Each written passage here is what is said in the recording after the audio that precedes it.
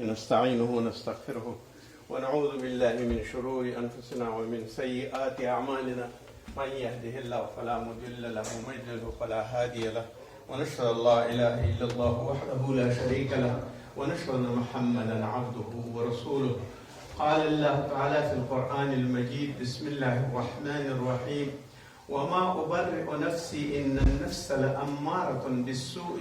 إلا ما رحم ربي إن ربي لغفور رحيم. وقال الملك ائتني به أستخلصه لنفسي فلما كلمه قال إنك اليوم لدينا مكين أمين. قال اجعلني على خزائن الأرض إني حفيظ عليم. وكذلك مكنا ليوسف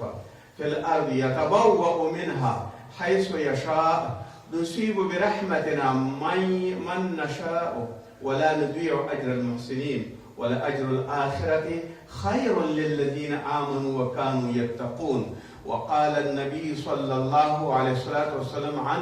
عبد الرحمن بن سمرة رضي الله عنه قال لي رسول الله صلى الله عليه وسلم: لا تسأل الإمارة فإنك إن أعطيتها عن مسألة وكلت إليها وإن أعطيتها عن غير مسألة أعنت عليها. متفق عليه. أما بعد، زما د ایمان او د کلمې ورونو، نن د اسلامي خلافت یا د الهي خلیفت 14مه برخه وایو او نن د یوسف علیه السلام د حکومت یا د هغې د سلطنت او یا د هغې د امارت په برخه کې خبرې کوو. یوسف علیه السلام د دنیا هغه پیغمبر دی چې ډېر تکلیفونه او زحمتونه یې تېر کړي دي، لکه څنګه چې زموږ رسول صلی الله علیه وسلم د تنګۍ او سختۍ وختونه تېر کړل او کومې لوبې پې قریشو ونه کړې او پر مشرکینو پې څه ونه کړل، په قسمونو عذابونه یې ورکړه. همداسې یوسف علیه السلام هم په قسمونو لکه څنګه چې د دې رسول الله صلی الله علیه وسلم ورونو او ترونو او خپلوانو رسول الله صلی الله علیه وسلم ته تکلیف ورسو، په همدغه منوال باندې او په همدې ترتیب باندې خپل ورونو او خپلوانو یوسف علیه السلام ته ډېر تکلیف ورسو او په ډېر وړوکتوب او په ډېر وړوکي سن کې ډېر زیات په عذاب او تکلیف کړ. الله جل جلاله د قرآن عظیم شان کې دې ته احسن القصص ویلي. د یوسف علیه السلام پوره قصه کوي او د 14مې سپارې په زموږ ستاسو خپل مطلب دا دی چې د 14مې سپارې په اول آیات کې وما ابرئ نفسي ان النفس لاماره، او زه وایي پاک نه وایم خپل نفس ته، بېشکه نفس خو امر کوي بالسوء په بدۍ سره، الا ما رحم ربي مگر هغه ته چې الله تعالی زما رب هغه ما باندې رحم وکړي، یعنی الله که رحم ونه کړي نو نفس د سړي په امارت او په بدۍ باندې حکم کوي. ان ربي لغفور رحیم، بېشکه زما رب بخونکی دی او مهربان دی. وقال الملک، او وویل عزیز د مصر یا ملک یا پادشاه د مصر وویلې: ائتني به استخلصه، دغه یوسف ما ته راولئ استخلصه چې زه دې سره خپل او دا ځان دپاره خپل خالص کم لنفسي، یعنې ځان ته یې کم یو مشاور مقرر کم یا یې ځان ته یو څوک جوړ کم چې دی ما سره وي لنفسي. فلما کلمه، کله چې یوسف علیه السلام راغی نو د ده سره یې خبرې وکړې. قال انک اليوم لدینا مکین امین. کله چې ورسره خبرې وکړې د یوسف علیه السلام فصاحت، بلاغت، خوږې خبرې او ډېرې ښایسته شیرین او ښه په داسې ترتیب باندې ورسره خبرې وکړې چې هغه ټول ښایستګي او د وړتیا یې داسې وښوده چې رښتیا هم یو ممتاز انسان دی. نو بیا ورته د دې په جواب کې ورته پادشاه ملک ورته وویل چې اليوم لدینا مکین امین، بېشکه نن ستا ځای بیامونده زموږ سره او ډېر اوچت ځای دی بیامونده، او نن تا دپاره مکین امین، ته ډېر یو معتبر شخص او امین او امانتدار یې. بیا یوسف علیه السلام ورته په جواب کې ویل: قال اجعلني على خزائن الارض، ما مقرر کا او یا ما ولګوه په دغه خزانو د ځمکو باندې انی حفیظ علیم، زه حفاظت کوونکی یم او علیم ښه پوهېدونکی یم. یعنې زه دغه وظیفه په خپل نفس باندې حفاظت هم کولی شم او علیم پوهېدونکی یم د خپلې وظیفې او د خپلې کوم شی چې راسپارل شوي کارونه دي هغه ښه کولی شم. وکذلک مکننا لیوسف یتبوأ منها حیث شاء. او الله جل جلاله فرمایي چې همدارنګې موږ قدرت ورکړ موږ یوسف علیه السلام ته په ځمکه کې چې کوم ځای کې چې اوسېږي ټول ځایونه ستا خپل دي، من حیث یشاء هلته ووسېږه. یعنې د ټول مصر د ځمکې هغې وخت کې مصر ډېر زیات پراخ او دا ټول هېوادونه ورسره یو ځای نو ورته یې ویل چې ته په هغې ځایونو کې اوسېدلی شې. نصیب برحمتنا، او تا موږ رسوو خپل هغه رحمت ته، رحمتنا من نشاء چې ته وغواړې، چې موږ څوک وغواړو. ولا نضيع اجر المحسنین، او موږ نه ضایع کوو اجر د محسنانو او د ښو خلکو. ولا اجر الاخرة، او اجر د آخرت چې دی خیر للذین، بهتر دی یعنې د دنیا د ژوند نه او د دنیا د اجرونو نه انکار څومره سړی پادشاه وي نو د آخرت ژوند ډېر ښایسته دی. وکانو یتقون، او هغه څوک چې هغه متقین. د دې مفصل دا خو آیتونه دي او د دې معنا عمومي وي. نو اول خو دا دی چې وما ابرئ نفسي، زه خپل نفس نه بری کوم. علما د مفسرین ابن کثیر او نور وایي چې وما ابرئ نفسي ان النفس لاماره، دا لفظ چې دی چې زه وایي هېڅ وخت ځان نشم بری کولی، ځکه چې نفس د انسان په بدۍ باندې اماره بالسوء، په بدۍ باندې حکم کوي. دا لفظ د زلیخا یا د راعیل دی. وایي هغې داسې ویلي چې پوښتنه ورنه وشوه چې تا ولې دومره خطا کار کوو؟ نو هغې ورته ویل ان النفس لاماره، نفس د انسان دپاره امارت دی او تکلیف ورکوي بالسوء په هغه څه باندې. یعنې معنا دا ده چې دغه کار ما کوم نو زه یوه ډېره ښایسته ښځه ومه، زه یو ډېره ګلالۍ ښځه ومه او زه ډېره حسینه ومه، او ما چې دغه کار کوم یو کړی د یو سړي د شاته او دومره ډېر ارمانونه وي چې هغه بیا دې ته نه ګوري چې حرام یې وکړه او خراب یې وکړه. ځکه نفس د سړي په هوا کې سړی دومره زیات وغولوي او دومره زیات تیربازي او دومره بازي ورکړي ورته چې هغه په دې نه پوهېږي چې دا زه ښه کار کوم او خراب کار کوم. دا د نفس کار دی. نو هغې په خپل ځان په دې باندې ان ربي لغفور رحیم، الله غفور رحیم دی. او بل قول داسې وایي، ځینې علما او مفسرین داسې وایي چې دا قول د یوسف علیه السلام دی. ځکه چې کله یوسف علیه السلام زلیخا ورته کوم یو دسیسه جوړه کړې وه او کوټو ته یې ننیسته او بیا د هغې نه راتښتېده او بیا وروسته یې د لمنې نه یې ونیو. نو بیا د ده نه پوښتنه وشوه او تحقیق دا وشو چې دا زندان ته لېږي. نو ورته یې ویل تا ولې داسې کار وکړو؟ نو یوسف علیه السلام وایي چې نفس اماره دی، مګر زه چې کوم شي نه الله بچ کړم هغه نفس اماره بالسوء چې ما ته امر په بدۍ کړی و، نو الله تعالی غفور رحیم. یعنې د هېڅ پیغمبر په خپله وایي د هېڅ انسان نفس پاک نه دی او د هېڅ انسان نفس په خپل لاس کې نه دی. فلهذا وخت چې د پیغمبر نفس په خپل لاس کې نه وي نو الله تعالی ته رجوع کول دي. ان ربي لغفور رحیم، او الله چې دی دا غفور رحیم دی. او د نفس د شیطان او د تکلیف نه سړی ځان ساتل دا ډېره مهمه خبره ده. کله چې دا خبرې ورسره کولې نو پادشاه ته داسې پته ولګېدله چې دا سړی خو ډېر زیات هوښیار دی. دا چې دومره هوښیار دی نو دې دپاره به زه څه کوم؟ ما وایي ته به زما سره اوسېږي. څومره یو کال د دې دپاره مېلمستې وشوه، معتبر شو او دې دومره معتبر مېلمه و، نازولی مېلمه و.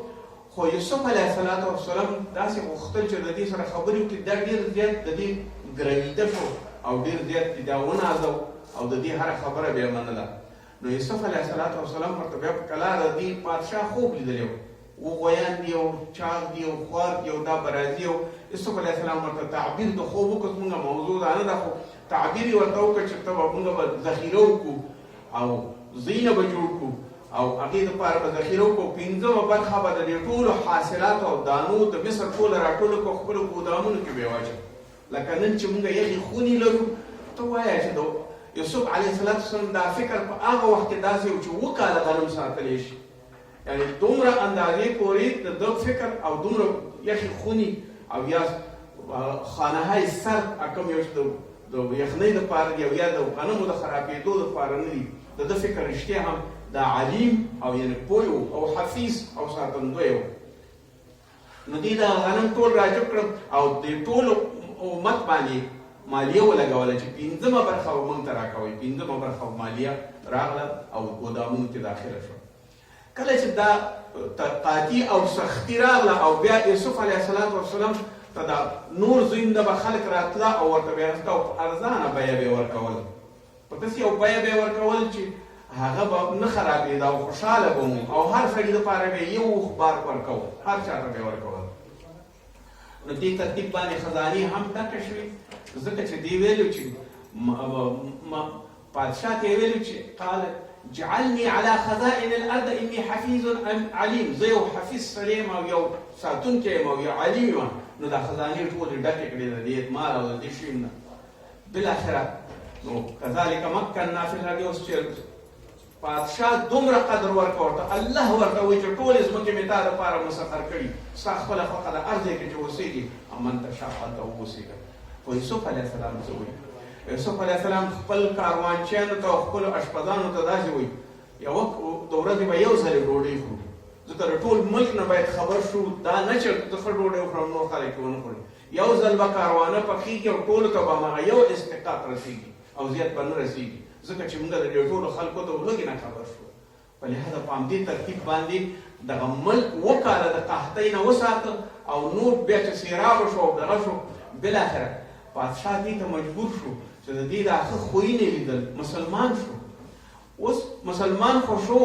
اوس وایي چې دا ټول قدرت یې ورته ورکوي، یوازې د خزانې وزیر نه و بلکې ټول قدرت یې ورته ورکړه او دې د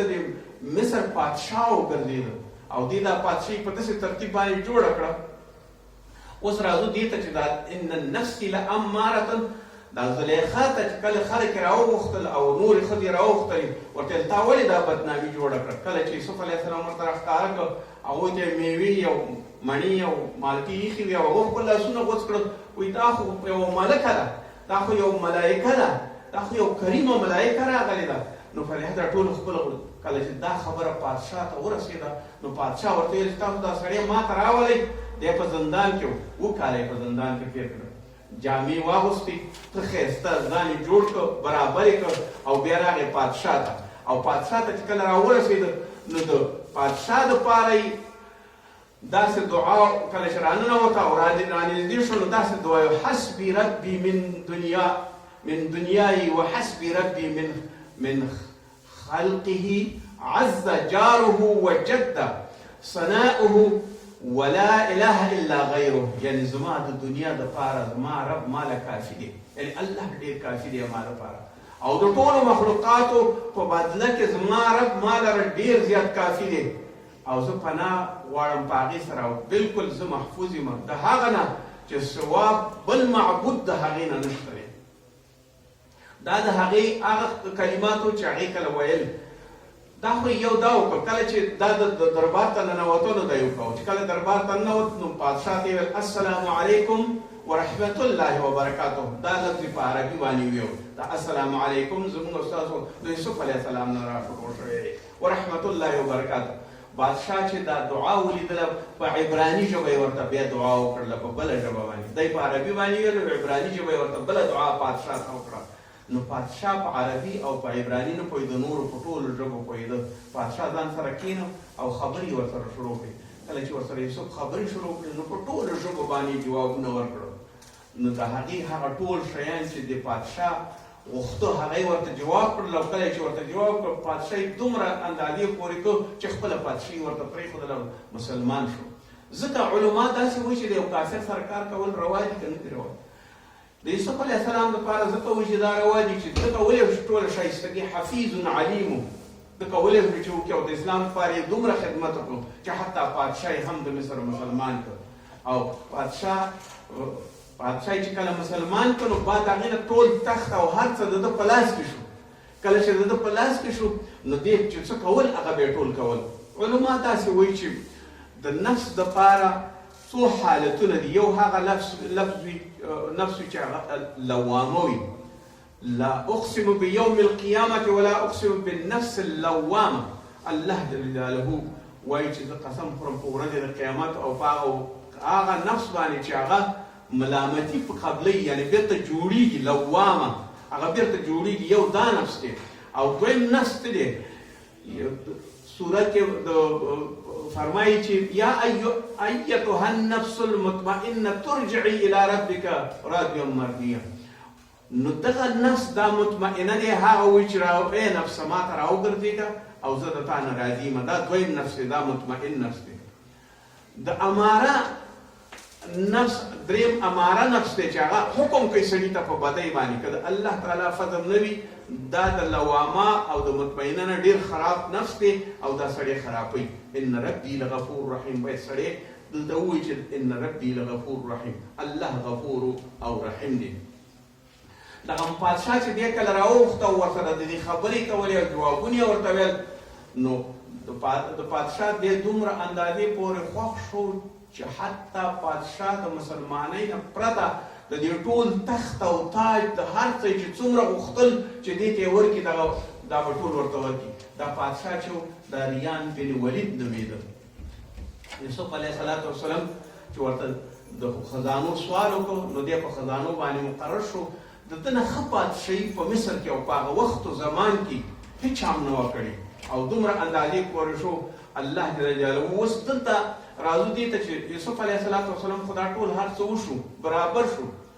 اوس زلیخا او یا راعیل دواړه نومونه د دې دي زلیخا او راعیل دواړه اوس چې کله چې یوسف علیه السلام پادشاه وویل چې زه درته د دې سره نکاح تړم د هغې سره یې ورسره نکاح وتړله د هغې خاوند چې قطفیر نومېده یا قطفیر نومېده یا اصغر نومېده نو دلته خلک وایي چې یوسف علیه السلام زلیخا او یا راعیل په داسې حال کې پیدا کړه چې پیغله وه یعنې باکره وه ولې چې عزیز د مصر کوم یو چې د دې معاون د پادشاه هغه د جنسي آله یې نه لرله په لحاظه دا مغسې ځوانه پاتې شوې وه او مغسې باکره وه او د دې سره بیا یو ځای شوه کله چې دا ورسره یو ځای شوله نو برابر د یوسف علیه السلام سره بیا ډېر زیات خوشحاله شو کله چې دې واده یې وکړ نو په واده کې ورته یوسف علیه السلام وویل چې دغه ښځې اوس دا اوس حالت او که نه هغه حالت خو چې عطا کول دې بیا ورته وویل چې سړي سره ډېر زیات خواهشات وي او هېڅ سړی کنټرول نه شي کولی ان النفس لاماره زما نفس چې زه یې داسې وکړم بعد کې دا حالات ښه دی دویمه خبر دا وه چې کله دې واده شوه او د یوسف علیه السلام په نکاح کې شوه نو یوسف علیه السلام ورنه ګیله کوي چې تا ما ته سره پخوا محبت کوه اوس راسره ولې محبت نه کوې وایي ستا د برکته زه د الله سره اشنا شوم او الله زه دومره محبت ورکوم چې ستا محبت زما نه هېر شو نو الله سره زه اوس محبت کوم او هغه د دې ټولو مخلوقاتو الله دی په لحاظه زه نشم کولی چې تا سره هغه پخوانی محبت وکړم چې وو د یوسف علیه السلام الله جل جلاله دوه زامن ورکړل یو افراسیم نومېده او بل میشا و افراسیم نه نون پیدا شو نون هغه څوک دی چې د یوشع علیه السلام پلار هغه ته خدای پیدا کړ او بله کې لور پیدا شوه هغه رحمته بیبي وه رحمته بیبي د ایوب علیه السلام هغه صابره ښځه وه چې د ایوب علیه السلام ټوله مریضي د په تکلیف او په زحمت باندې ډېره زیاته تېره کړه سعدي صاحب فرمایي چې یوسف کسی در صلاح و تمیز په یک سال باید کې گردد عزیز یعنی هر څوک باید د یوسف علیه السلام باندې یو کال تمرین وکړي او بعد د هغې نه به بیا د عزیز شي او پادشاه بشي ځکه د دې لپاره ډېر زیات پادشاه کوښښ وکړ او یوسف علیه السلام دا پادشاه داسې ولمانځه چې دی د مصر پادشاه شو او د مصر په پادشاهۍ کې د زړه ټول شیان برابر او هر څه هر چا ته یې خپله برخه ورکوله حتی تر خپلو ورونو پورې تر هر ځای پورې ورسېده نو یو وخت د عزیز د مصر ښځه بهر ته ولاړه وه او چې بهر ته ولاړه چې یوسف علیه السلام کومه سورلۍ او د دې دبدبه او د دې حالات یې ولید او خلک ورپسې سواره نو د عزیز د مصر ښځې نه یو ځل داسې یو الفاظ ووته ویې ویل چې دا الفاظ الحمدلله د خدای شکر دی کوم خلک چې د قدرت نه متاثر وي او د هغې بندګي کوي لکه یو غلام نه پادشاه جوړوي او د پادشاه نه غلام جوړوي یعنی هغه پادشاه د دې یوسف علیه السلام غلام شو، اقتدار هر څه ختم شو، او دغه غلام یعنی یوسف علیه السلام دا پادشاه شو او د ټول زینه ځکه چې الله تعالی الحمدلله دا د الله تعالی رحم و کرم چې دا ټول شي نه پې وشو. په هر صورت باندې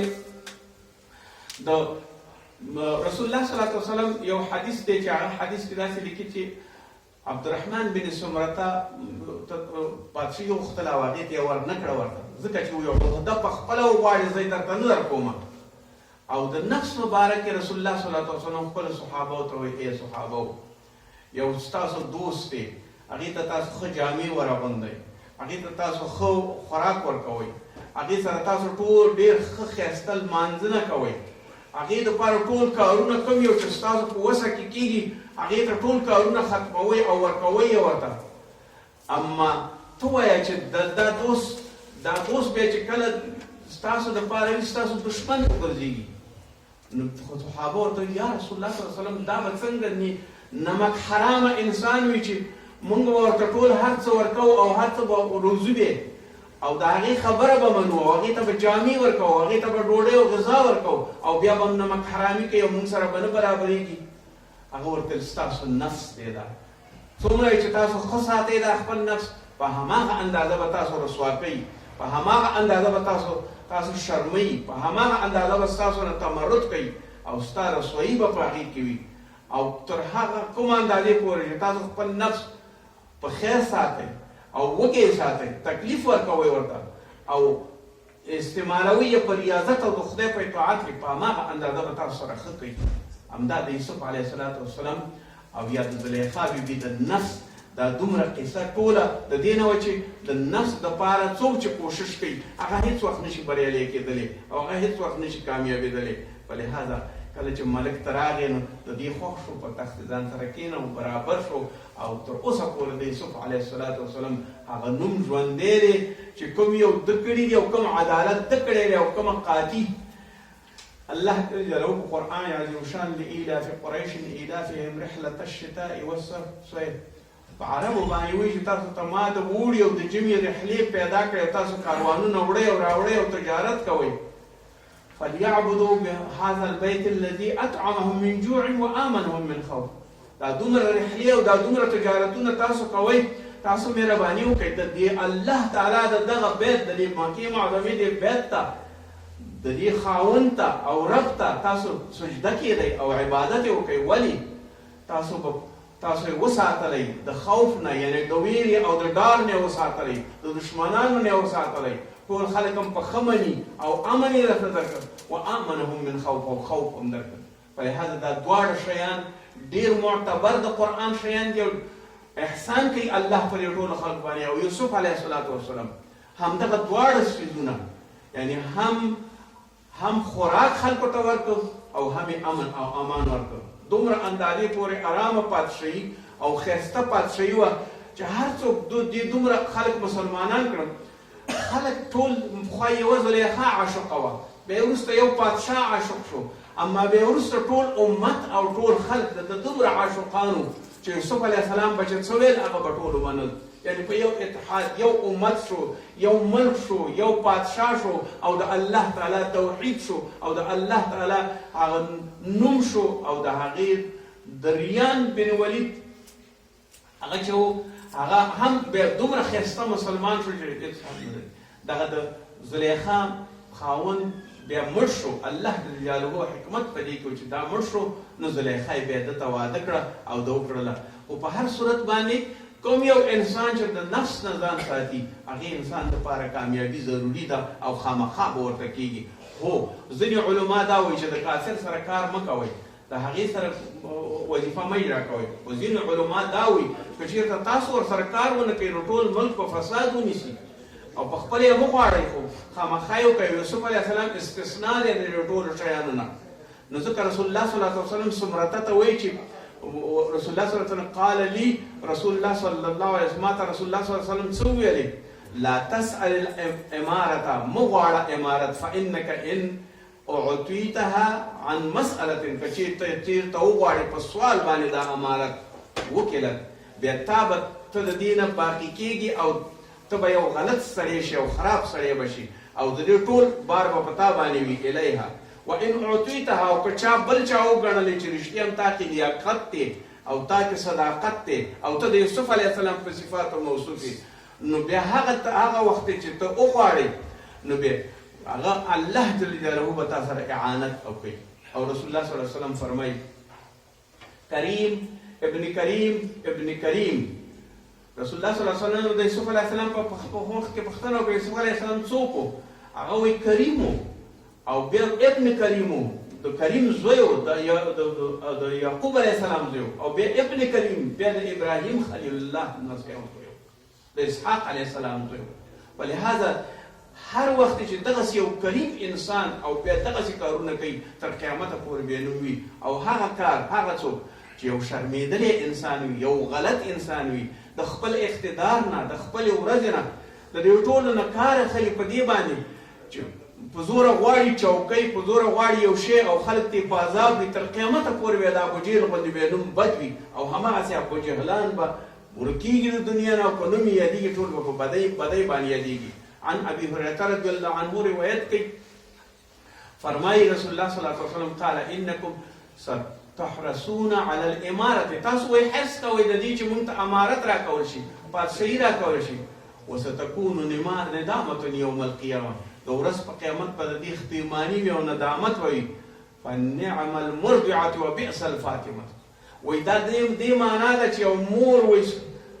شوده ورکوي خپل زوی ته دا ډېره زیاته خوشحاله وي ځکه پادشاهي کې سړی خوشحاله وي خو چې کله دغه ماشوم بیا بیلیږي د مور د کینه دې باندې ډېر سخت تکلیف وي وایي تاسو باندې به داسې حال راځي اوس به خوشحاله یي یو میرمن به یې یو مور به یې خو کله چې تاسو د ورځ په قیامت باندې بیا وګورئ لکه هغه ماشوم چې درنه بېل شوی وي همه عمره به تاسو ډېر تکلیف کې هېر کړئ رسول الله صلی الله علیه وسلم ته ابي ذر رضی الله عنه قال قلت یا رسول الله لا تستعملني یا رسول الله صلی الله علیه وسلم ما نه استعمالي په دې پادشاهي کې او ولایت راته نه راکې یا رسول الله نو هغه ورته فضرب بيده على منكبي زما په اوږو باندې ووهلمه ثم قال يا ابا ذر انك ضعيف ضعيف نشي کولی پادشاهي وانها امانه او دا پادشاهي او ولایت او سلطنت یو ډېر غټ امانت دی وانها یوم القیامت خزي ورځ په قیامت باندې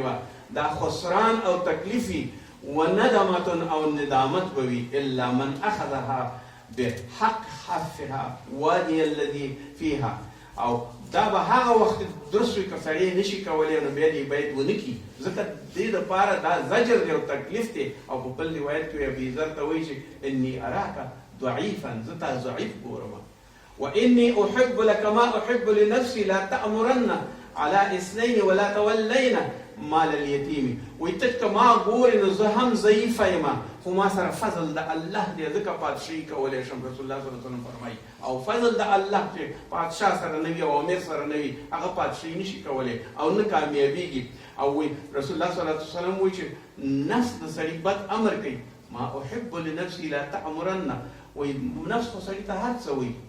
خو ته ای ابي ذر پام کوه چې د دوو کسانو په منځ کې جوړه ونه کړي او امارت ونه کړي حتی د دوو کسو امیر نشي او امیر نشي او لا تولینا او هیڅ وخت د یتیم مال ته ورنږدې نشي چې هغې ته ته وایې چې زه ولایت کوم او زه ولي یم نو ورته ورنږدې نشي دا دواړه هغه شیان دي چې امارت او د یتیم مال ته نزدېکت او د هغې غلط خوړل الله جل جلاله به تانه سوال کوي او د هغې سوال جواب بیا څوک نشي ویلی یعنی یو وړوکې امارت د دوو کسانو سخت دی نو موږ خو په لامبو او په هر څه باندې او په زاریو باندې او په ټوپک باندې او په چرچو په مزو باندې او په رشوتونو باندې خپل حکومتونه غواړو خو الله جل جلاله نه خبر نه دا دنیا تېرېږي نو ورځ په قیامت به څنګه خاسران او خایفان ولاړ یو موږ ته به دا حکومت څه راکړي موږ سره په قبر کې راوځي کېږي نه موږ سره په ژوند کې راوځي کېږي نه زمونږ به نوم غلط نوشته کېږي غلط به یو او دا ټول خلک به په موږ باندې بیا لعنتونه وي او ټول خلک به زموږ نه عدالت غواړي خو موږ کې به عدالت نه وي او ټول خلک به زموږ ښایستګي غواړي خو موږ کې به اخلاق نه وي موږ کې به رذالتونه وي موږ کې به غلط فکرونه وي موږ کې به د دنیا طماع وي او د دنیا تمه به وي راکړي او د خپل دوست اشنا ورور مړه کول به وي راکړي د هغې خسران به غواړو، د هغې زیان به غواړو، او د دې په بدله کې به الله موږ ته هغه جزا راکوي کوم یو چې هغه ټولو دوزخونو نه اول دوزخ دی، نو بیا به په هغې کې به مچې خوند او بیا څه فایده وکړي؟ بیا ندامت څه معنا؟ اوس درته رسول الله وایي ندامت دی، مه کوه مه کوه دا کار. که عدالت کولی شي وایي که نه یې مه کوه، څه ضرورت خو نشته. ربنا آتنا في الدنيا حسنة وفي الآخرة حسنة وقنا عذاب النار وصلى الله على خير خلقه محمد وآله وصحبه.